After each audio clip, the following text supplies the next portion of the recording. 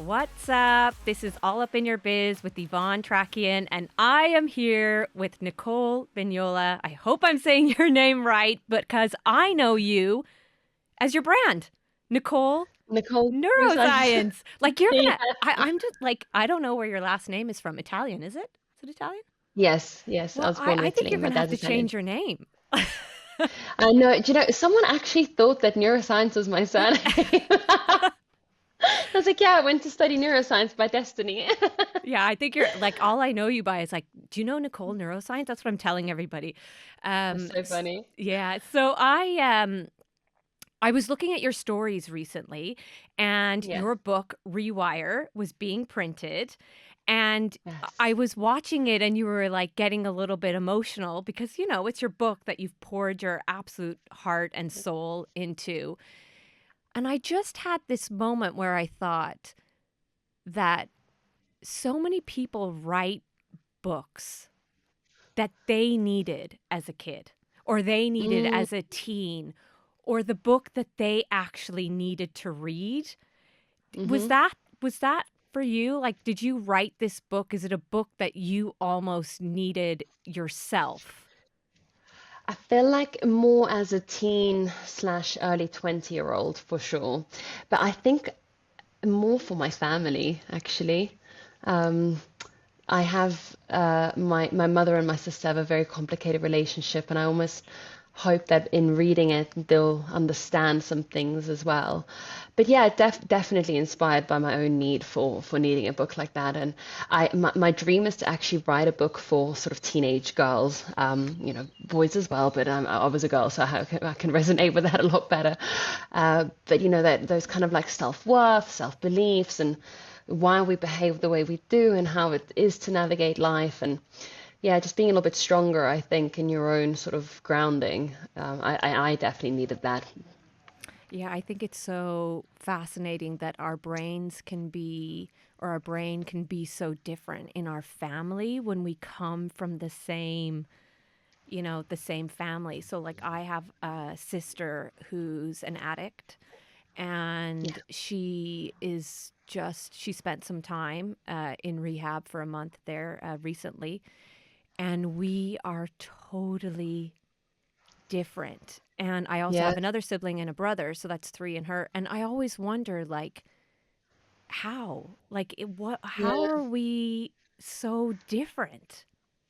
yeah.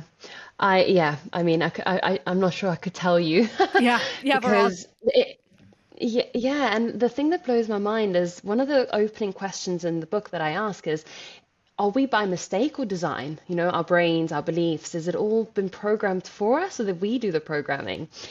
Or is it genetic? Is it, nature or nurture? And I think the answer is both. But what blows my mind is my sister and I had the same upbringing, and she perceives things in a different way. And I'm sure that it was different for her in a lot of ways. She's an older child and etc. But even when talking about our father died when I was 11, and when we talk about it, she has a different sequence of events as to how things happened versus mine. And it's almost like we've been putting together this puzzle piece from her perspective and mine, and then kind of merging, which is really interesting because I always think, oh, I didn't see it from that perspective, actually, or, it's really interesting. Yeah, I think it's so interesting, especially like the sibling dynamic. And so Yeah.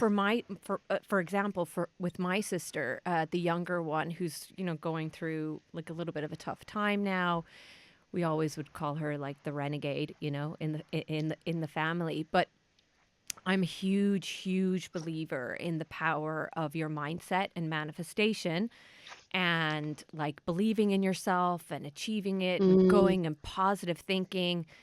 And I remember she came up to visit me recently and we were talking about just a little bit about manifestation. And she was like, Yvonne, would you just stop? Manifestation is hustle. Like yeah. and I always wonder, like, I just said to her, if you just started doing these little simple practices, maybe you could rewire your brain a little bit. But Mm, obviously, she's mm, going through another tough time. But how do we, first of all, for ourselves, when I guess let's take it back to neuroplasticity and the brain and positive pathways and negative pathways. And can you explain that for us? Yes, so neuroplasticity is the ability for our brain to create new pathways in the brain. It's actually synaptic plasticity because we don't create new neurons, we create new synapses.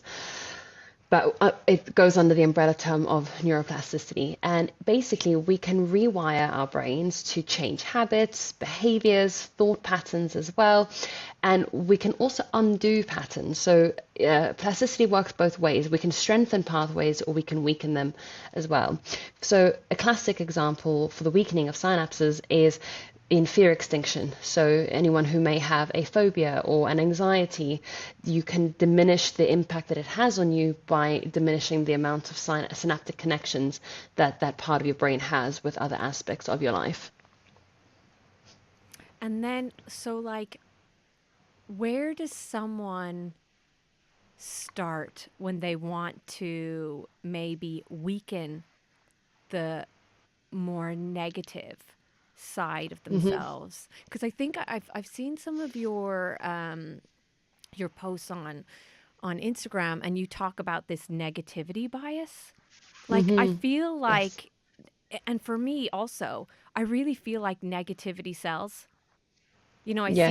I see it on social media where Yeah. people like throw out a negative comment, or we like, even I had this morning, right? I had a like a post up, and some guy, Mitch, his name is, don't even know who this guy is, and I had on a manifestation coach called Matt Cook, and he put in the comments, "What a load of bullshit." And I was just like why? Like why do you? Right. But I think I had exercise this morning, so that comment doesn't even Yeah, yeah, yeah. bother me. But what, like, where does, why are we more attached to negativity than positivity? Why does negativity sell? Yeah, well, and it's interesting you say that because I've noticed that on Instagram accounts or comment feeds that are trending or going viral, all the negative comments are at the top, which is really interesting because they don't necessarily have more engagement than the other ones. Which I think that needs to change. But we are hardwired for survival. It's a way of learning. What do we do to avoid this information to not get like this in the future? So we tend to negative information is important for us because it helps us. It would have helped us stay alive. Of course, now we live in houses and we drive cars, so it's all very very different. At least in the Western world, anyway, and the first world countries. But the thing with negativity bias is that we can tend to go down that route if we let it. We can change it, but if you leave it up to sort of the environment that you're in, maybe you grew up with parents that were super negative, so that's what you've observed your entire life, then you're more inclined to go that way. Can you still hear that? Because my dog is barking in the background. Yeah, it's great. Don't worry. Don't worry about it. Like, I hope you listen, can. this is the podcast. This is real life. We've got a dog in Yeah. there. So what? It's okay. Doesn't he like steal your shoes and stuff? Did I see something like that on, like, you're like, "Where are my shoes? My dog has She taken my shoes loves again." she loves to hoard stuff. So she Oh, doesn't chew them. she She's just So in terms of going back to the negativity bias, like, do you on your Instagram, like, would you get negative comments? Because you've got a mm, really, really big following. You've got like almost 500,000 on Instagram. Like, yeah. do negative comments pop up? Yes. So I've been trying to answer this question for a while. Have I become more desensitized because they don't bother me anymore? Not as much anyway. Like if I get a super negative one, but even then, I've gotten really good at dealing with it. Or am I getting less negative comments? Because my perception is that when my account was smaller, say around 30,000 followers, I would get a lot more negative comments than I do now. And I'm wondering if it's almost because people wanted to directly hurt me as a person and say something or have an opinion. And now that the account is so big, it's almost like it's a brand. And maybe I won't read it, I won't care, or I have someone managing it. I don't have anyone managing it, it's just me. But maybe that's the perception that people have. And when I was a smaller account, I was a human being to the person that was leaving this comment. So that's the kind of question I'm trying to answer. But I could be putting words in everybody's mouth, and that could not be the case at all. And I've just become desensitized to them. Yeah, and just more resilient. Yeah, Because I definitely. I've definitely become more resilient, 100%. But the negativity bias is basically, you get 10 positive comments, one negative one, you're likely to go to bed worrying or thinking about that negative one. Over time, you can become desensitized to it. You can, learn to cope with it better. I think through understanding, you start to see that people are hurt, broken, and projecting. I never really take negative comments personally because what did that person say? That they wrote this is bullshit on your thing? Yeah. Yeah, like what? Yeah, What? like, okay, fine. Okay, You are not a cool. Yeah. manifester, Mitch. You are not a manifester. That's all right. Yeah, That's all right. that's your problem, Mitch. Yeah, yeah, yeah. See, you are not manifesting your dream life. Yeah, so um, I think people, that's the thing is people do project. And I think that when you start to see that it's not you and that it's a mirror, you're probably holding up a mirror to other people. And that's why people will comment negatively. You start to sort of be better equipped. And I'm saying that for anyone that's maybe listening to this who has got an Instagram channel and they're not well accustomed to the comments yet. You sound like you're, handling them very well. But, and as I was saying, like if we let that negativity bias free flow, it could be a very dangerous trajectory because all of a sudden you start seeing all the negative things in your life or focusing on how you haven't got the thing yet. And yes, but I haven't got that and no this and no that. And it all starts kind of amounting to how rubbish your life is. And when we shift that narrative, whether it's through manifestation or just sort of more, I like to call it like reframing rather than positive thinking, because I think positive thinking's probably got a bad rap as well, and rightly so. But being more realistic about the situation. So you could say, okay, yes, I got that negative comment, but actually look at all the amazing other comments I got and focus on those things. And you might still be worried about the negative one, but it's alleviating that emotional load that comes with it. Yeah, totally. I think where my concern, my biggest concern would come from is like, I'm pretty confident. Like, I'm 40. I don't really give a shit anymore what people think. Like, and Yeah. I mean, if I, like, I had a friend recently and she was like pushing me. She was like, but like, Yvonne, do you really believe in manifestation or is this like a gimmick for you to sell your brand and boxes? I was like, no, no, No. no. I believe, but that's like, there's Yeah. no, I'm still, I think everybody is entitled to their own Yeah. opinion and I don't mind and I'm not going to change myself for Mm, somebody else, but my concern would be younger people. Like social mm, media and content creation is becoming so huge. Like it's mm. people's jobs now is like just to create content, which means that kids are on social media all day long and they're looking through, they're scrolling, and then there's negative comments maybe. Like what impact does like social media have on our on dopamine and the brain, and would you be concerned for the generations that are coming up with our phone usage? Yeah. Whew, I mean, it's a difficult question to answer. I also sometimes I'm a bit too kind of hopeful, I think, but it is concerning the way that it impacts mental health. We know for certain that it's impacting mental health. I think the biggest issue with social media overuse is the fact that we won't really know the implications of what it does to our brains until we're 60, 70. I'm a little bit younger than you, but I'm still a millennial, so it's that longitudinal kind of effect we're only going to see later. And I think that's the real concern because we don't fully know. And we have a hypothesis and a sort of understanding, it's just regulating our dopamine system. We're getting accustomed to absorbing short form content to the point where, now it's 3-second reels and read the caption just to try and get your attention. And I mean, it's driving me crazy. Less than 60 seconds and people's attention span is gone, If I put up a reel on TikTok that's more than 60 seconds, it gets less engagement than the ones that are sort of 30 seconds long. And I think we need to be careful with social media for sure. I talk about it all the time, like trying to spend less time on our phones because it can really also pull us out of our own minds.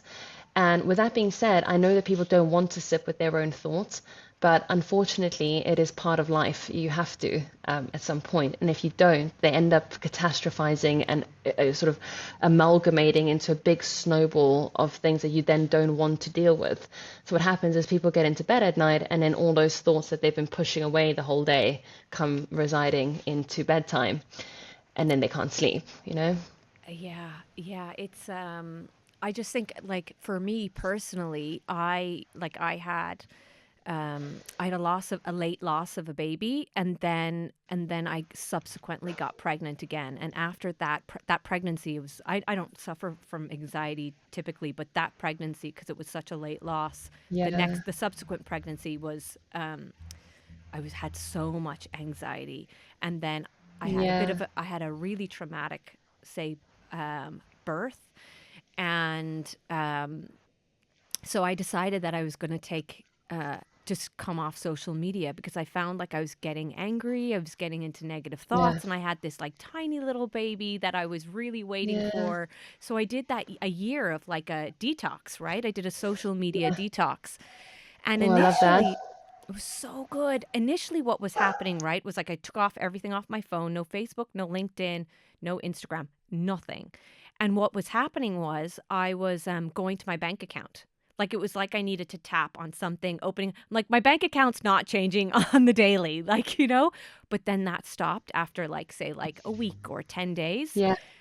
I was so present with my kids. I didn't know. My Yeah. sister contacted me and she was like, guess what? Kourtney Kardashian is going out with Travis Barker. Like, I had no idea what was going on. It didn't matter I anyway. love Like, it. Yeah. but I had no idea. And now, because I have the business, I'm back on it. And I recently told my husband, I'm really struggling, which is unusual for me because I used to do kickboxing in college. I was always Mm. into health and fitness. And I said to my husband, God, I'm really struggling with my motivation. Like, it's Yeah. just so weird. People are like, I was saying it to my friends, and they're like, that's very odd for you, because I'm a real, like, get Yeah. up in the morning and exercise, until I Yeah. read an article that you were quoted in. And in this Ah, article, you said, sweat before you scroll. yes. And I was like, oh my God, this is making so much sense, because Yeah. I'll let you explain it. Like, Yeah. why should we be getting out of bed, not looking at our phones, and say exercising, as opposed to Yeah. getting up, just maybe checking the emails? All of a Yeah. sudden we check Instagram, and then all of a sudden we're just like not motivated to Yeah. do what we need to Yeah. get done. Uh-huh. So exercise and phone use both are dopamine releasing activities. The difference is that dopamine is volatile in the sense that it's got a big spike and then a big drop, because the underlying rule for dopamine release is that there should be effort in the reward. There's no effort in getting a reward from social media, because you get to do that without you moving your body, without thinking, without prolonged delayed gratification. And the problem is that because it spikes so quickly and suddenly, it can then also drop. When it drops, there's like a rebound period. I'm using my fingers, I don't know if you can see it. I'm very emotive with my hands, but there's like a rebound where it needs to replenish. And in that rebound, it takes you below baseline. So of course you're not going to be of course you're not going to be motivated. What then happens is, if those spikes are frequent, they will require more dopamine to get you to that same level of feeling good. So now you end up scrolling for longer, wanting a bigger reward, maybe finding something a little bit more interesting, and then drop, and then again, and then drop. And it's a goose chase, because you end up depleting your dopamine system to the point where you're needing your phone to actually make you feel anything. Now, the differences with exercise is that because there's effort involved, it's a much longer sustained dopamine release. So it releases, but then it stays up for quite a few hours. And the crash it comes down slowly. It doesn't crash in the same way that phone usage is. And so that's why I say, if you're going to use your phone, fine. But understanding these mechanisms helps us take control of the situation a little bit better. So, use your phone by all means. One of the steps in my book is spring clean your social media and make it what you want it to be. Mine's educational, mine's inspirational. I've got funny stuff on there as well. I follow a lot of horse accounts as well. I'm a Western riding horse lover. So, so I don't really follow your typical kind of accounts that don't make me feel good about myself. And of course that still happens to me. I've been shifting my content into more video recently, and it's been a bit of a challenge. And then I see other neuroscientists who have been doing video for years, and now I think the algorithm is really pushing video. But because they're established, they've like exploded. They've gained sort of like 400,000 followers in the space of a few months, and I'm like sort of ticking over, and all these kind of thoughts of comparison, And so it's really important for me to like be really strong, if you will, with my practices to keep myself in check, because I'm not a slave to social media. And it's, it's easy to get on that hamster wheel of being like, oh, I'm not doing good enough, and like 1,000 more followers, and it's always just like more, more, more, right? If you want to manifest your dream life, then what are you waiting for? Pause Penny has created an amazing manifestation box to help you manifest your dreams. It is backed by neuroscience. 7 simple steps, and the box tells you how to do it all. Grab your manifestation box at pausepenny.com and use the code podcast20 for 20% off. I know.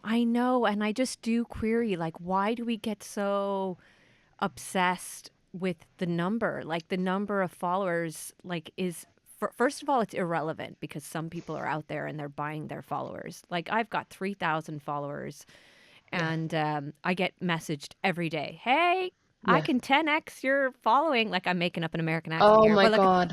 and I'm Same. just like, okay, first of all, I've got a product, and I'm not going to sell a product if I 10x Mm, to randomers, right? And yeah. so, like, you've got a book. So when you want to inspire people to rewire their brains by like, if someone was to buy the followers, they're not going to get that build that kind of Yeah. community. But how did you Mm. actually increase your, like, when did like, can you take me back to doing neuroscience? Like, why did you start doing it? What got you there? And how did you start building your brand on Instagram and get Mm. yourself up to 500,000? How did that all start?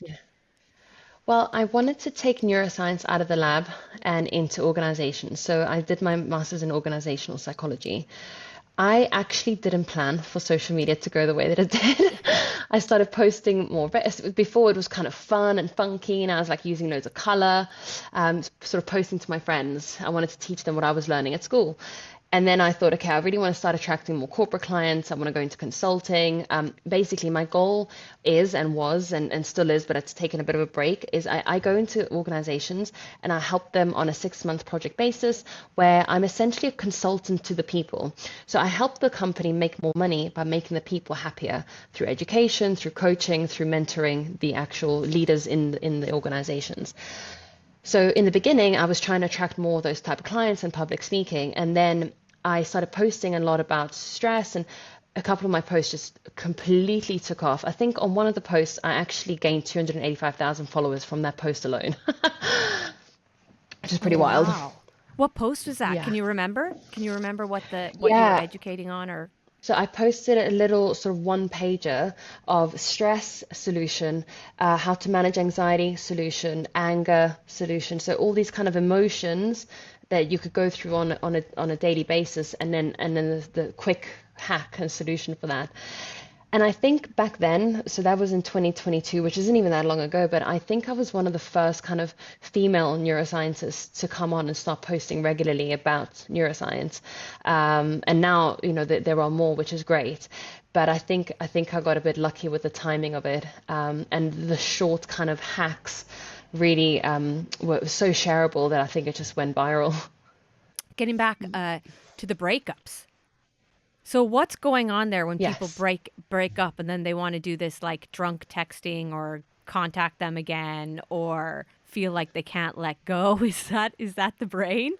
Is that the brain's fault? It's my brain's fault. Yes. So I have a slogan for the book at the moment, which is it's not you, it's your brain. And basically, when you have a supply of constant neurochemicals when you're in a relationship, good or bad, either way, it's still dopamine being released, even if you're arguing, there's something there. And when you break up, there's that supply is gone. That person that was there all the time, that's ingrained in your neuronal network of everything you do, has now been removed. So it's taxing for the brain.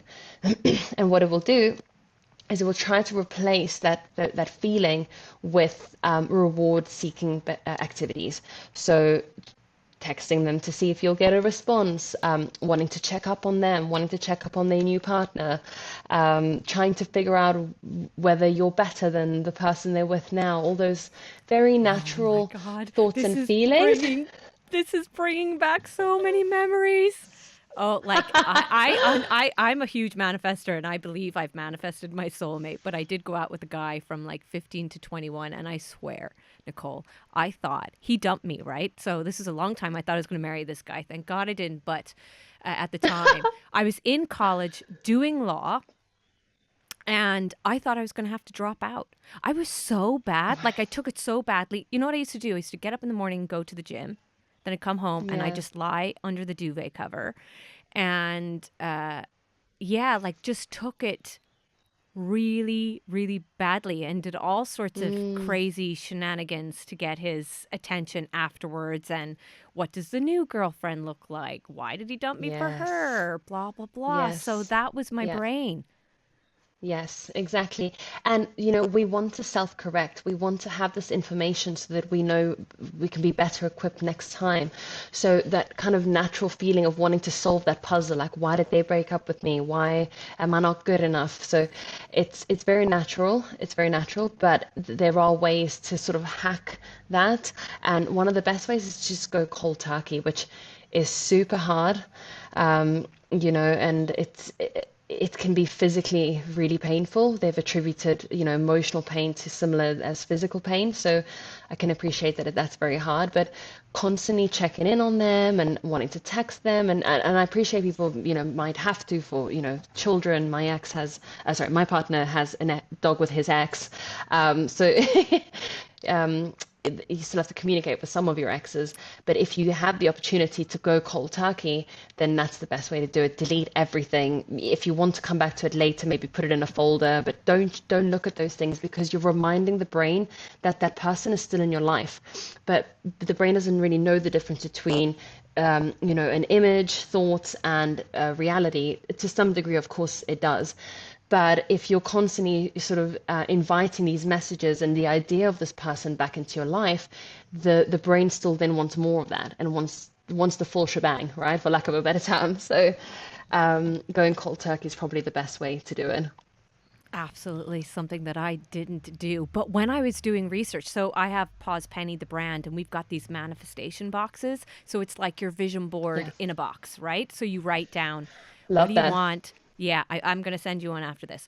What do you want? Why do Amazing. you want it? What do you see, hear, and feel? So the visualization aspect. What action are you going to take? And what are you grateful for? Because I think manifestation starts and ends with Mm, gratitude. So it's being clear on what you want and why. But when I was doing the research for the box, I wanted to make sure that I had two samples in the box to kind of explain to people this is how you do it. And when I was doing the research, I was like Googling, like, the number one thing people are trying to manifest. And it was how to get my ex back. wow, Yeah, no. yeah, Yeah, yeah. It was yeah, how to get yeah. my ex back, which I could have related to at the time. Not at the time I was Yes. making the box. I was happily married. I am happily married. Yeah. But then the other thing was, the standard January 1st, Yeah. losing weight. Yeah. But Yeah. yeah, I just thought that was so funny how to get my ex Yeah. back, and I think that just goes back to what you were saying about that brain Yeah. connection and we Mm, have to cut them out. yeah.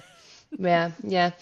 And, the brain is actually so good at dealing with situations once it's dealt with them once before. So, the second time you go through a breakup, it does feel a little bit easier. You're better equipped. So, obviously that statement isn't true for everything, but it does get easier. And I think when you can understand that actually it's just a learning curve, you can take it on board and say, okay, well, that didn't work out. Instead of sort of toiling over that one, let's use that information for the next relationship and make sure that I don't carry those attributes that I didn't like from that one into this one. You can actually move forward much easier. And again, it's kind of rewiring your brain to see the more positive aspect rather than focusing on the negative. I love that you say that because I remember I was going to say actually the next boyfriend that I had, I actually He dumped me as well. I'm getting dumped all the time. I got dumped many a times myself. My ex was actually was a cocaine addict, and in the end, he actually dumped me as well, which I thought was, no one can embarrass me nowadays because I laughed. I was crying over someone who dumped me. So Oh my God. And did you know at the time that he was a cocaine addict? for the full 3 years, You yes. knew. He's happily married now, and I'm so happy for him. We're not friends, but we have sort of stayed in some level of contact. He's had a baby, and I know that, so and I'm really really happy for him. But at the time, yes, I was young, dumb, in love. I wanted to fix him and help him, and I was so madly in love. He was my soulmate. So Yeah, and yeah.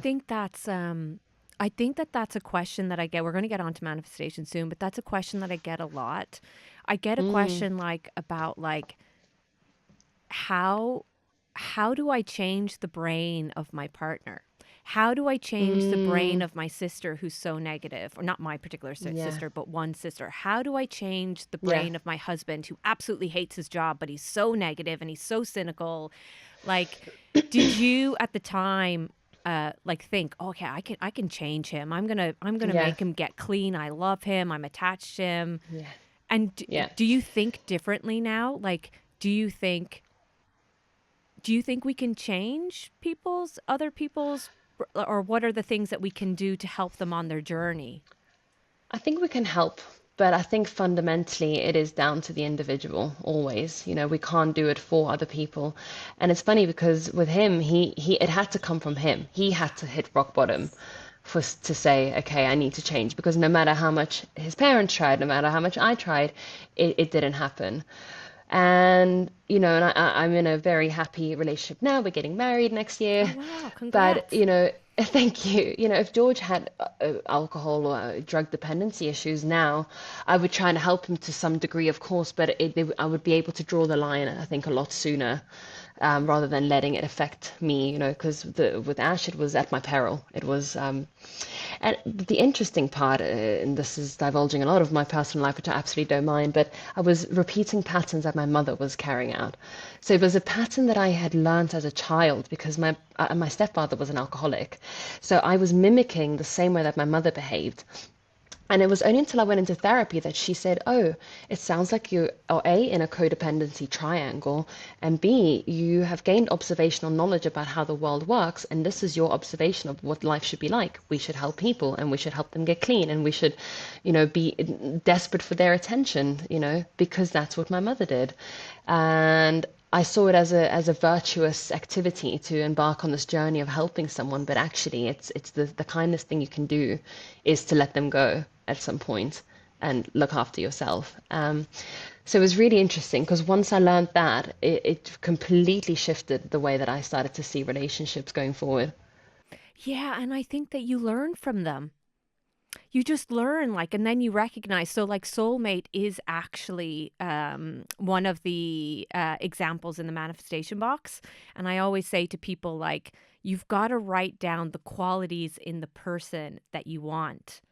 And Mm, like, after being through it and repeating that process, you all of a sudden come to a realization. I think the brain just wakes up and is like, hold on, this is not serving me anymore.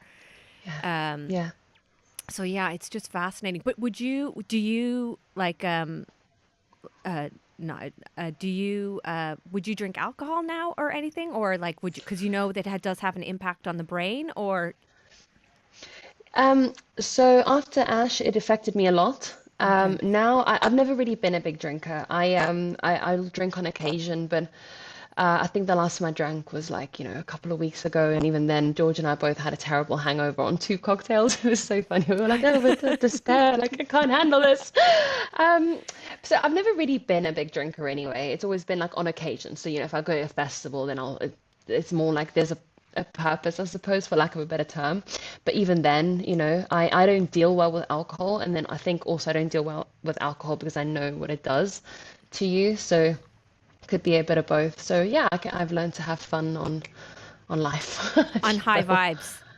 yeah. Yeah, yeah, yeah. I wouldn't be a big drinker either, but I've just actually realized that my ability to drink Like, not that I would have been ever a big drinker. I was way more into health and fitness and Yes. sport, but like my body just can't process it. And I don't know, is that because this phase of life I'm going into? I think that there's some correlation between like starting to go into perimenopause or like Yeah. those kind of that kind of thing.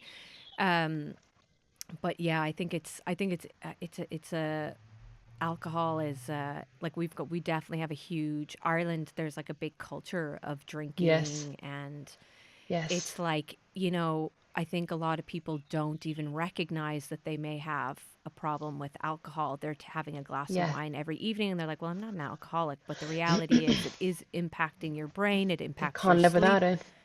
Yeah. Yeah. Yeah, and it's a cultural, it's a generational thing, maybe.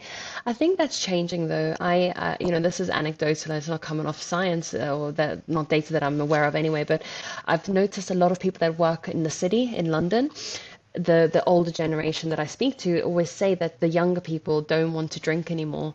So a lot of bars are closing around Bank and Old Street, etc., because younger generations are actually going to the gym now after work instead of staying behind for evening drinks, which I thought was very, very interesting. Yeah, and I also find it myself with the younger generation in terms of work. Like they Yeah. just have this mentality of more of a recognition of work-life balance. Whereas Mm-hmm. like I came from a law firm background, and I know like the top Yeah. equity partners are like hustle, hustle, hustle, work, work. And I do think there is an Yeah. element of needing to hustle, but I feel like it's the younger generation that there has to be a shift or a Mm. change. Do you see that when you go into corporates?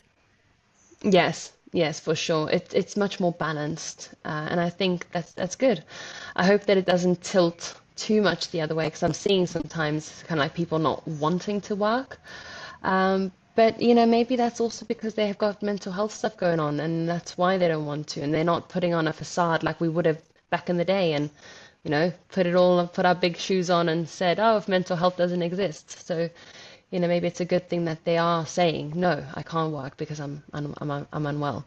Yeah, yeah. I definitely feel like we're going through a shift. So now, Nicole, I need to ask you. I think people call you Yes. Nick, do they? Do your friends call you Nick? Yeah. Yeah, Nick. Yes, my friends interesting. call me Nick. Nick. Go for it. Call me Nick. We're friends Nick. now. Yeah, we're friends. Manifestation. So we see a lot of neuroscientists talking about manifestation. Tara Swart talks about it. She talks about it from the neuroscience perspective. She's also seems to be a bit more spiritual. I was lucky enough to get James Doty on the podcast, who's writing a book, Yes. Manifestation and Neuroscience. Oh, I am visualizing and I am manifesting a big panel of like him, you talking about manifestation. So, like, what does Ooh. manifestation mean to you? Manifestation, to me, I think it's making sure that you're not focusing on the wrong things, because you can easily become focused on the wrong things. So, if I say to you, how many blue things are you in your environment right now? And you start counting all the blue things. And then I say, okay, well, how many red things did you see? And you're going to say, well, I don't know because I didn't look at the red stuff, right? I was only looking for the blue things. And that's kind of how it is with manifestation. If you focus on all the things that are maybe negative or the wrong things, like you're focusing on comparison, you're focusing on how well you're not doing, instead of focusing on, well, actually, I'm doing really well, I'm going this way. And let's use social media again as an example. The social media numbers are not a determinant of your worth, they're not a determinant of your business. I know people that have sort of, still quite a big following, around 200,000, but what they are doing at like the bottom of the iceberg is so much bigger than what you're seeing on Instagram, to the point where this woman is actually working with, like, athletes, like top level athletes, top level business entrepreneurs. I won't name drop, otherwise you might be able to well, she'll be able to be recognized if she's listening, but just to give you an example, is that you would never say that from looking at her Instagram, that that's what she does for a living. And that what she does for a living is, for me, so badass. She's making like these sort of like really high earning individuals that don't need to talk about it on social media. She doesn't need to use them as clickbait for her business, because she's doing so well underneath that social media is just like a bit of fun for her. It's promoting her book, it's helping her just express what she wants to express, but not being reliant on that as work. And I love that because I think when we can focus on stop focusing on the outcome and focus on how it makes us feel. Do I want to post this? Am I enjoying this? Does it look nice to me? It becomes a much better process, which I think in turn the world will reward that overall anyway. And I think the world does tend to commend courage more than trying to hold on to this, like, oh, she's doing better than me, so let me just go and do it the way that she's doing, or that person's doing better, let me see what he's doing and copy that, you know? And back to manifestation is if we can focus on keeping our side of the street clean, for lack of a better term, and staying aligned with our values, our true selves, then everything else will follow into place. Because if you've got your mind on whatever it is that you're manifesting and you're blocking out that negative, that comparison, that feelings of low self-worth, you're just going to go up and up and up and up to the point where you're going to need a helmet because we're going to the stratosphere. Yvonne, we're going to the Yes, we stratosphere. are. And do you feel like you can be totally your authentic self? Like, was there a point like that you feel like, yeah, I'm Nicole and I love, I don't know, tattoos and I love being myself and I can, this is what Mm, I believe and this is what I'm sharing and I don't give a shit mm. about anybody. Was there a moment in time that that happened, or did you kind of feel like, you had that from when you started your account? I feel like I'm that in real life. Yeah. I don't feel like I'm that on Instagram. I think, I haven't really said this but out loud and I'm talking with my team, but I'm trying to shift into Nicole as a brand and almost step away a little bit from the neuroscience. Also because I've finished my research now, so I don't really identify with being a neuroscientist anymore, purely because I'm not in a lab. So I want to be science informed, science backed. Of course, that's also still that knowledge is still going to be there, and the credentials are never going to go away.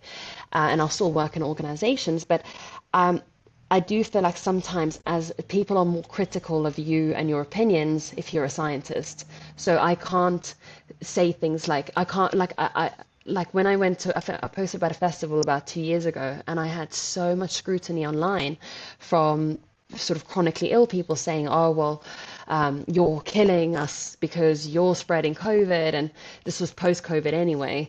So I think that we hold people to a higher standard with a science degree, and rightly so, of course, when talking about science, but it almost means that people are seeing me as one and not the other, not as a human sometimes, you know? Yeah. And but let's say that like you post something like going to a festival or going for your hike with your friends into a waterfall. Do you feel like people are like, hey, I'm here for the neuroscience? Like, what are you doing?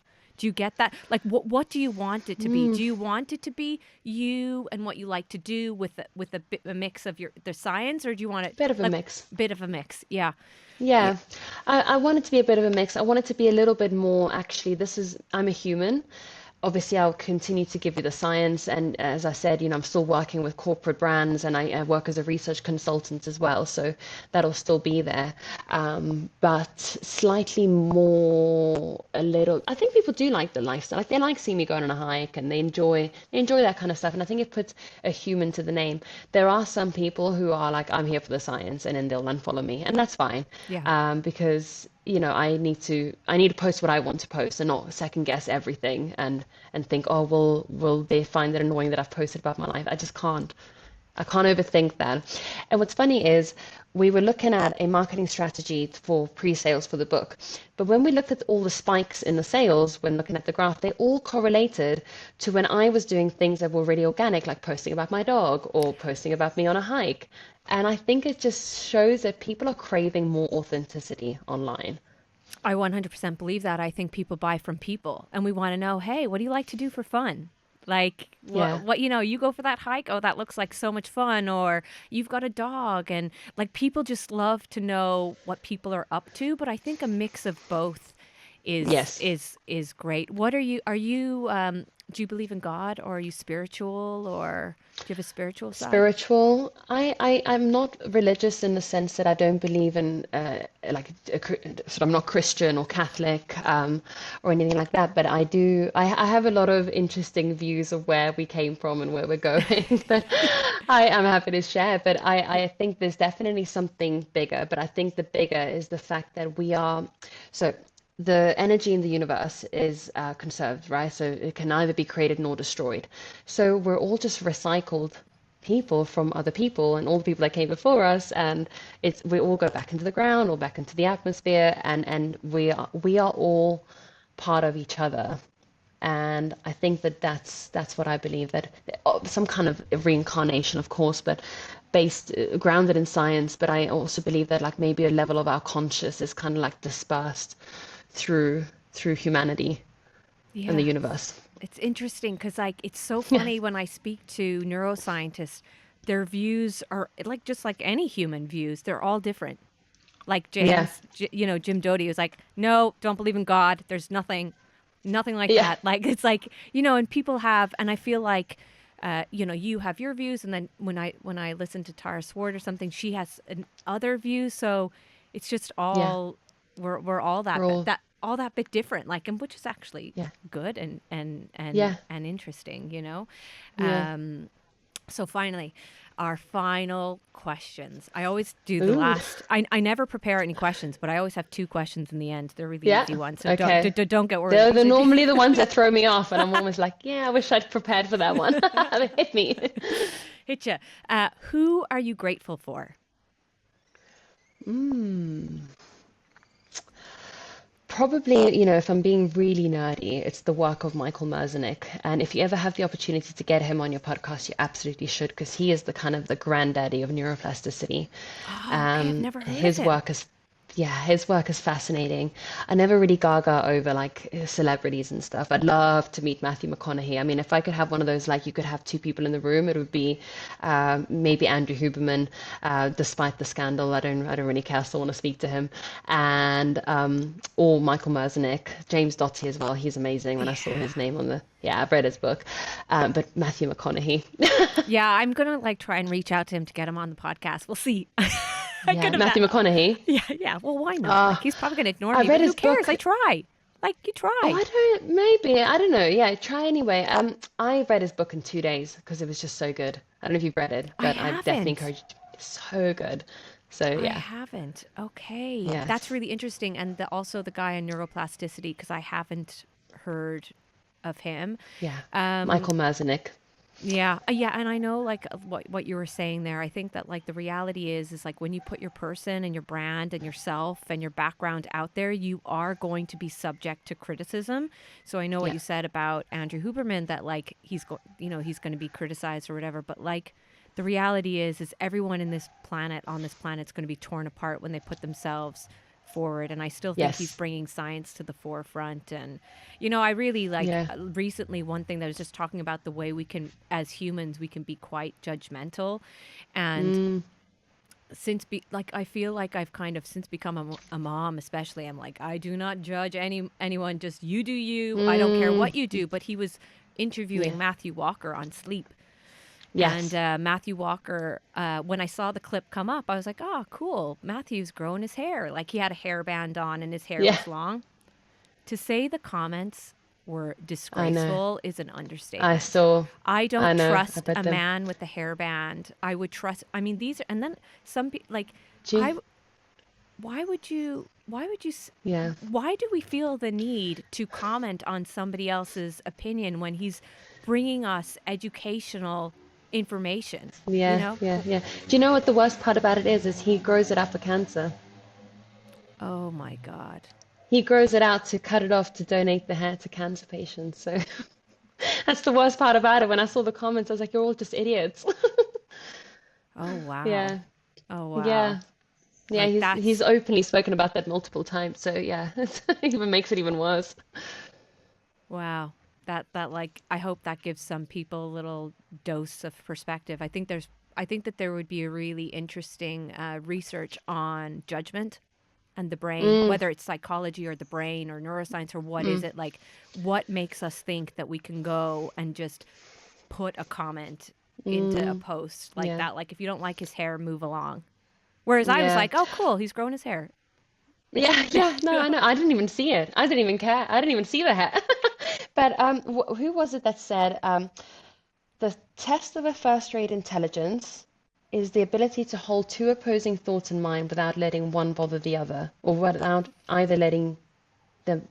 Yeah, basically, being able to have, it's Janusing thinking, right? So it's the ability to hold two opposing things and realize that they're not mutually exclusive and neither need to bother you. You can see both perspectives and not let either upset you. And I think that that's a real skill. And last question, last Yes. question. Whatever manifestation means to you, what are you manifesting now? So I've already kind of got it, but I'm manifesting a morning show. So I've been asked to go on this morning show in New York, Oh my but I'm God, that's so manifesting, yeah, cool. yeah, thank you. But I'm manifesting a morning show in the UK. I think to be on UK, because obviously New York is amazing. It's the biggest show in the US, but I'm not affiliated with the US, you know. So to be on the morning show in the UK, I know that my friends will be watching, my friends' parents will be watching. Oh, So you've got that, this. yeah, Would you yeah, I visualize? said Would you visualize? Do yes. you use visualization as part of your like neuro toolkit? Not for that part, because I think so for me, manifestation is what I can control. I can't control that. So, my publicist is working her best. I've done my best with the book. I'm doing the best with my content. So I can't control that. But what I can control is like the future of Nicole's neuroscience. And I'm trying to visualize what it would look like for me in a year's time. So I'd love to have like a YouTube and just have a more systematic kind of social media, because it's been me up until now, and I've just recently employed agents and video editors, etc. But I'd love to have a team that just helps me, a bit like Mel Robbins. She's like my